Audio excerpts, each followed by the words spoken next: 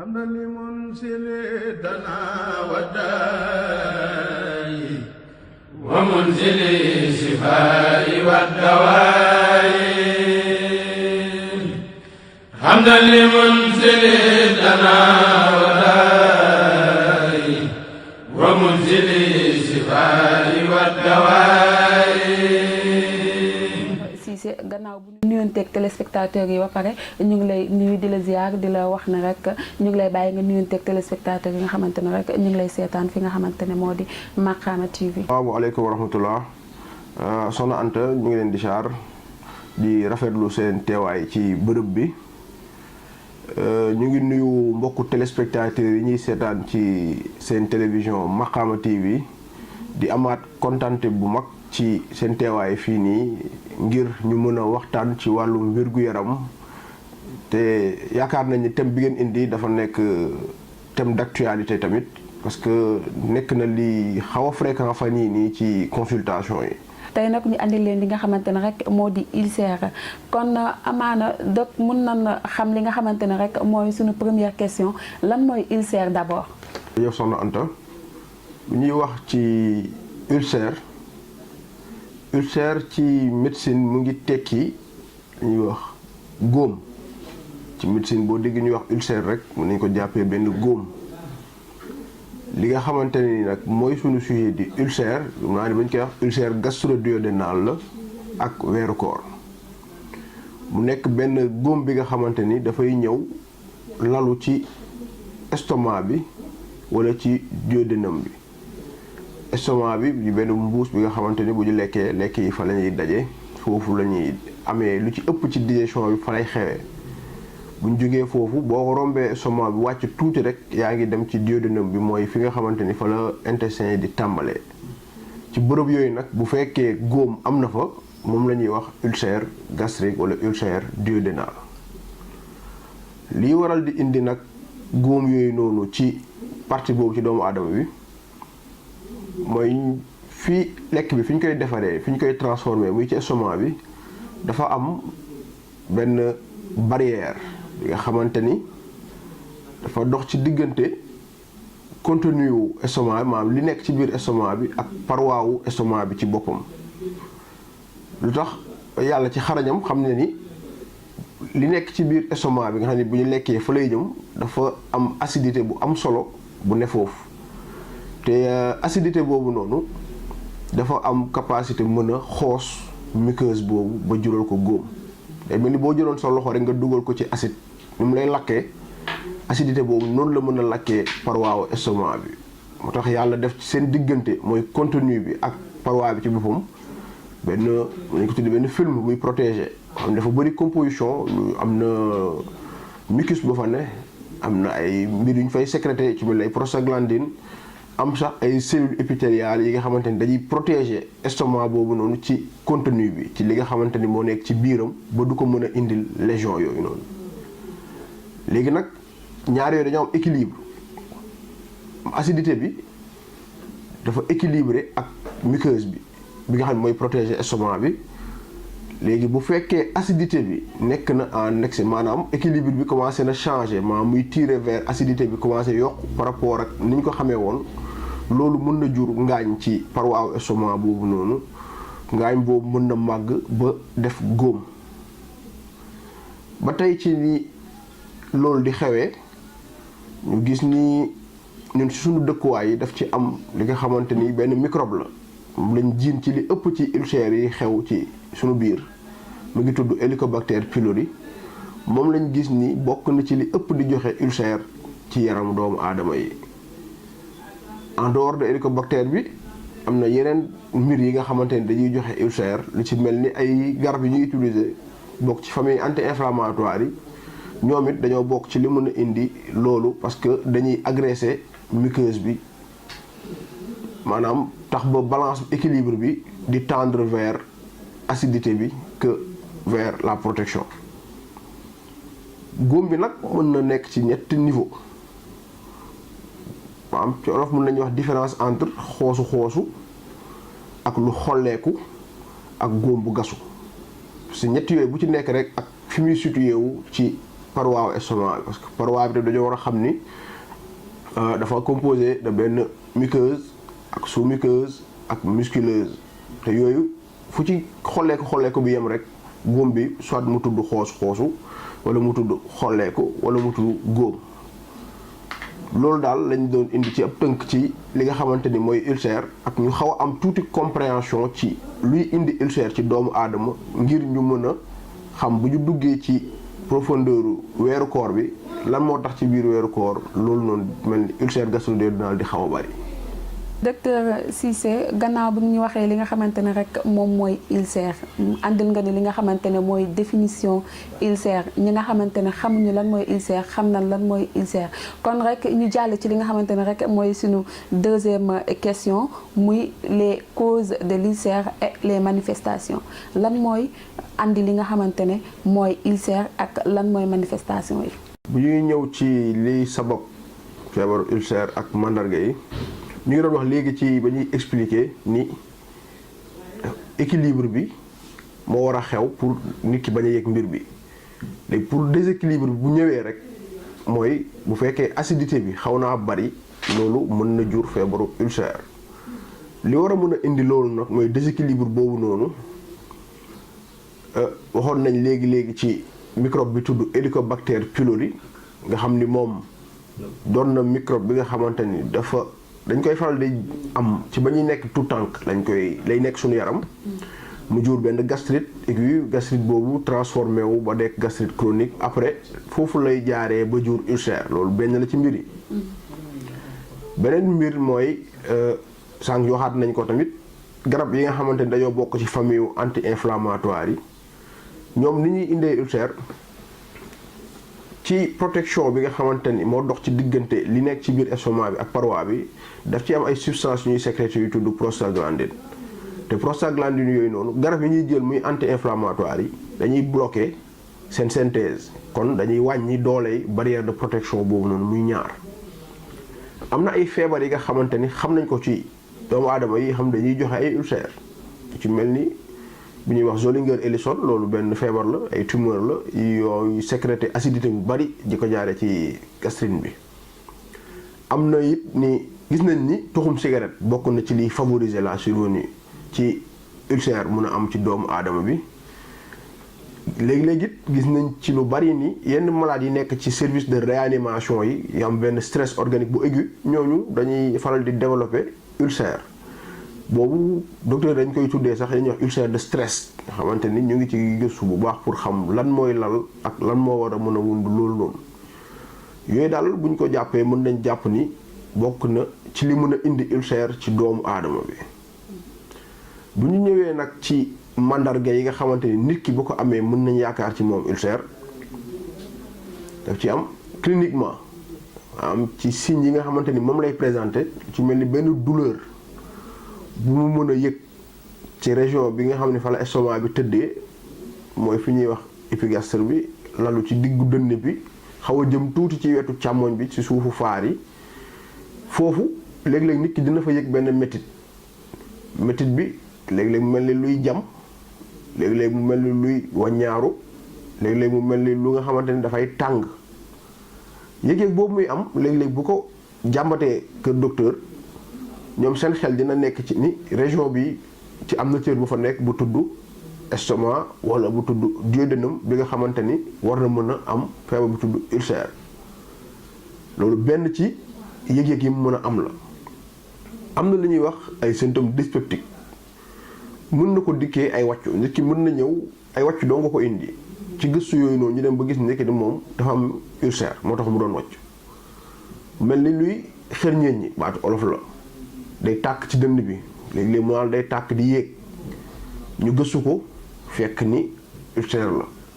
yii ay mandarga la yi nga xamante ni nit ki ko yëg dafa war a dem xool ndax amul li nga xamante ni mooy feebaru ulcère boobu noonu. bu ñu jógee ci manifestation clinique yi am na examen bi ñuy def nag ngir xam ndax ulcère la wala du ulcère examen boobu mooy fibroscopie moom presque nit ñi xam nañ ko bu baax parce que coow lu bu rëy lay jur ku ci nekk ak ni nga ko yëgee ñii nee nañ fibroscopie baaxul ñii neen day indi ay loraange ku nekk nga ciy wax mais li ci ëpp ci li ñuy wax ci fibroscopie bi demeewut noonu du raye du indi benn complication waaye lenn rek la mooy dafa nekk lu naqari léegi-léegi nag nit ñi dañ leen jaawale lu naqari ak lu métti tax na ku ko musul def sax boo ko nee da nga war a def fibroscopie danaa la mukk dafa métti te musu ko def xamul lu mel mais li muy dégg ci nit ñi ak nit ñi koy rapporté moo xaw a doy waar ba mu koy war a ragal te mooy examen bi nga xamante ni fi ñu toll nii ci suñu dëkk yi moom la ñu war a def ngir mën a confirmer wala wax nit ki ne am nga ulcère wala amuloo ulcère loolu mooy benn ramassé bu ñuy def ci manifestation yi ba ci ni ñuy poser diagnostic bi. nan la bu baax docteur Cissé li nga andi ci manifestation yi ak li nga xamante ne moo di ci cause yi am na solo lool macha allah kon ñu dem rek ci li nga xamante ne rek mooy sunu troisième question comme ni ñu koy defee saa su nekk rek di leen di fàttali rek yéen a ngi toujours seen émission santé et ramadan comme ni mu ko waxee rek ñu dem ci sunu troisième question mooy ki nga xamante ne dafa amee ulcère gastrique di woor ci li nga xamante ne moo di ci mois de ramadan bi ndax kooku noonu bu fekkee ne woor na docteur yan complication moom la ci war a mën a jëlee ci complication yi nga xamante ni ki amee ulcère ci biir weeru koor mën na ko dikkal moom mooy complication classique yi am ci maladie ulcéreuse bi li spécificité wu weeru koor ci ki nga xamante ni dafa amee feebar ulcère mais spécificité bi rek mooy ñu ngi doon wax ci acidité boo xoolee ci li ñu expliqué liy indi ulcère yëpp mooy barrière bi équilibre bi doon am day tendre plus vers l'acidité que ci protection bi mu jur feebar bi nit ki nag bu wooree dina toog ci diir bu yàgg boo xamante ni du dugal ñam ci biiram te gëstu yu ñu jot a def wane nañ ni période boobu noonu nga xam ni lekkul acidité boobu noonu nekk ci estomac bi dafay yokk bu baax ba tax na lépp li nga xamante ni équilibre la woon mun na fa jaaree xaw a soppeeku nit ki am feebaru ulcère nag ci jamono yooyu dafa war a xam ni nekk na période à risque ci moom lu tax mooy moom même bu fekkee lu dul weeru koor la acidité bi mu ngi koy indil ay jafe-jafe bu ci boolee woor loolu noonu day gën a yokk ay jafe-jafe ci moom li mu mën a jur ci complication bëri na te léeg-léeg mu xaw a nekk lu doy waar mun a yegg sax ba ci faat bakkan moo tax jarut xeeb ulcère boobu noonu mën na nàcc ci biir bi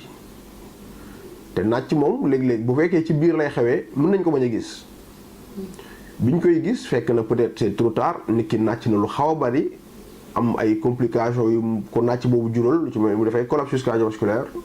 yegg ci hôpital ci situation yu xaw a doy waar ba yàlla sax mën na fa jaaree jël bakkanam li tax muy nàcc mooy góom la rek te góom boobu noonu bu ko acidité bi laalaatee mën na jur saignement yooyu noonu beneen complication bi mu mën a indi mooy li ñuy wax perforation góom la bu mën a traverser muqueuse bi yëpp ba fëq ko te li suñu biir estomac dafa nekk lu xaw a doy waar loo xamante ne warul nekk ci biti ci péritoine bi dafay jur benn mbir bu ñuy wax péritonite mu nekk benn urgence chirurgicale bu ñu war a opérer nit ki opérer bu gaaw lu ko mooy rek dana ñàkk bakkanam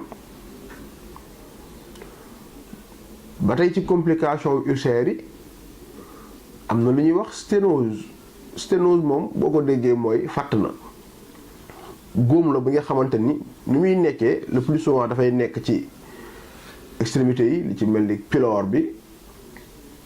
dafay bourgeonner de sorte que dafay mujjee fatt jaaruwaay bi fi nga xamante ni fa la lekk bi doon jaar foofu lay mujj tëj jur benn li ñuy wax syndrome d'occlusion transit bi lekk bi du jàll loolu it urgence chirurgicale la boo xamante ni buñ ko dindiwul it mën na yóbbu bakkan doomu aadama bi bu ñu xoolee liñ fi wax nii ci complication yépp yaa ngi ciy dégg ñu ne la mën na yóbbu bakkan doomu aadama bi nga xam ni du lu ndaw lu war a tax nit ki saytu boppam bu baax ndax amul yi ni mel ba pare peut-être dinañ ci dugg après pour xam naka lañ ci taxawee.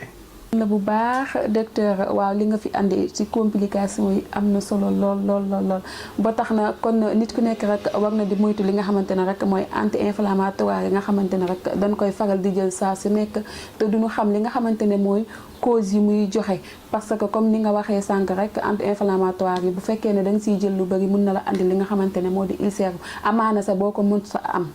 kon ñu jàll rek ci li nga xamante ne rek mooy prise en charge li nga xamante ne mooy ulcère si ramadan bi ki nga xamante ne dafa woor ba pare amee ulcère ban prise en charge la war a mën a jël pour du ko andil benn gàllankoor. ñëwee nag ci prise en charge maladie ulcéreuse bi dañoo war a xam ni ñaari fànn la dafa am prise en charge médicale boobu mooy pour ulcère yi nga xamante ni compliqué wuñ mais bu fekkee ni ulcère bi ba ñu koy gis dafa yegg ci stade de complication comme yi ñu doon lim ci ginnaaw tuuti yooyu moom boo saytoo lu ci ëpp rek chirurgie moo koy saafara ñun fi nga xamante ni ci la ñuy waxtaanee mooy prise en charge médicale bi mooy pour ulcère non compliqué pour faj feebarum ulcère dafa am